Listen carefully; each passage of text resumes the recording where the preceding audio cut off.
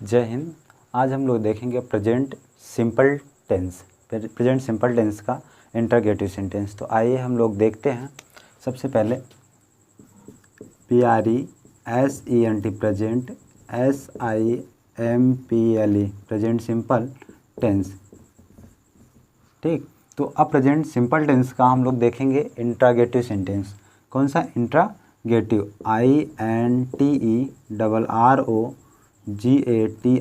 Interrogative, SENTENCE interrogative sentence हो गया है। अब इंटरोगेटिव सेंटेंस का हम लोग रूल सबसे पहले देखेंगे। क्या देखेंगे? रूल। तो इसमें रूल क्या होता है? रूल हम लोग लिखें तो जो रूल होता है सबसे पहले इसमें इज होता है am are plus subject plus noun plus complement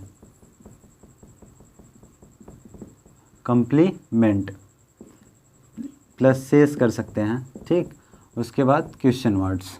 ठीक है, तो अब हम लोग इसको रूल देख चुके हैं। प्रेजेंट सिंपल टेंस का इंटरोगेटिव सेंटेंस में जो होता है वो इसका रूल हम लोग लिखें is am are plus subject plus noun plus complement plus सेस। इतनी चीज़ें हम लोग लिखने के बाद अब हम लोग इसका एग्जाम्पल एक एक करके हम लोग देखते हैं अच्छे से, जो हमको समझ में आ जाए। जैसे हम लोग कह सकते हैं मेरे पिताजी, ठीक, क्या करके, क्योंकि हमको इसमें इंटरोगेटिव पढ़ रहे हैं ना हम लोग, तो क्या मेरे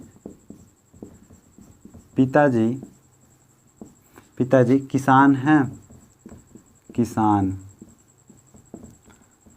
हैं, क्वेश्चन मार्क्स। तो देखिए क्या मेरे पिताजी, ये क्वेश्चन कर रहा है ना, तो जब ये क्वेश्चन करेगा तो यही होता है। जब क्या पहले आएगा तो हम लोग कहेंगे ये कौन सा सेंटेंस है? इंटरोगेटिव सेंटेंस है। तो क्या है, तो क्या के लिए हम लोग क्या लगाएंगे? अब देखिए मेरे पिताजी हैं, एक वचन है, तो एक वचन के लिए हम लोग क्या लगाते हैं? इज लगाते हैं। ठीक, मेरे पिताजी तो क्या हो जाएगा? माई फादर हो जाएगा। ठीक, फिर उसके बाद आप पिताजी क्या है? देखिए क्या है इसमें? किसान है। तो ठीक, my father the farmer, my father the FARMER farmer. ठीक, FARMER, सॉरी यहाँ पर ई होता है। ठीक, तो ये अब ये हो गया। अब यहीं तक सेंटेंस, उसके बाद देखो अब ख़त्म हो गया। फिर देखो हम लोग इसको क्या लगा देंगे? Question marks. तो आइए दूसरा एग्जाम्पल आपको देखते हैं ये समझ में। तो देखिए लिखते हैं हम लोग क्या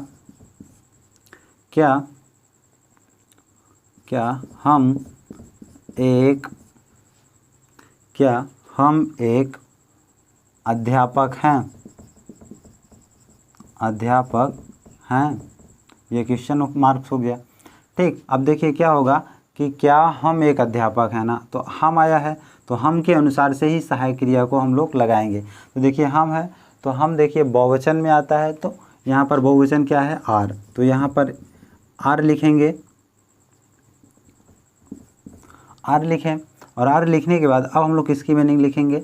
हम की। तो हम की मीनिंग क्या होती है? वी हो जाएगी। ठीक है, फिर उसके बाद देखो ये सब्जेक्ट था, वी हो गया। अब हम लोग लिखेंगे नाउन। ठीक, तो देखिए अब are we a the teacher, TEACHER teacher.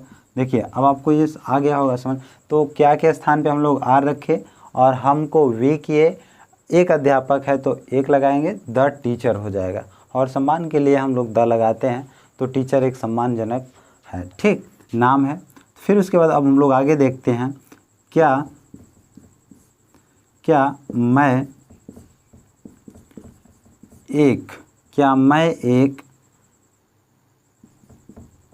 मैं एक लड़का हूँ।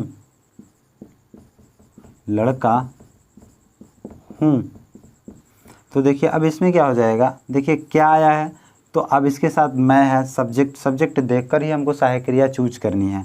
ठीक, तो मैं के अब मैं है तो सहायक क्रिया क्या हो जाएगी तुम्हारी? ठीक, आई, मैं है तो मैं के साथ आई लगता है, आई के साथ क्या हो जाएगा? एम। तो यहाँ लगाएंगे हम लोग एम। फिर उसके बाद आई है। ठीक, मैं यहाँ पर सब्जेक्ट हम लोग लिखेंगे आई। ठीक, फिर उसके बाद देखिए अब ये नाउन लिखना है मुझे, तो एक लड़का हूँ ना, तो यहाँ पर ए हो जाएगा। ठीक, एक आई अ बॉय। ठीक, देखिए लड़का हूँ तो लड़का की मीनिंग क्या हो जाएगी? बॉय। तो देखो सेंटेंस हो गया हम लोगों का। ठीक, तो आशा करता हूँ कि आपको समझ में आया होगा।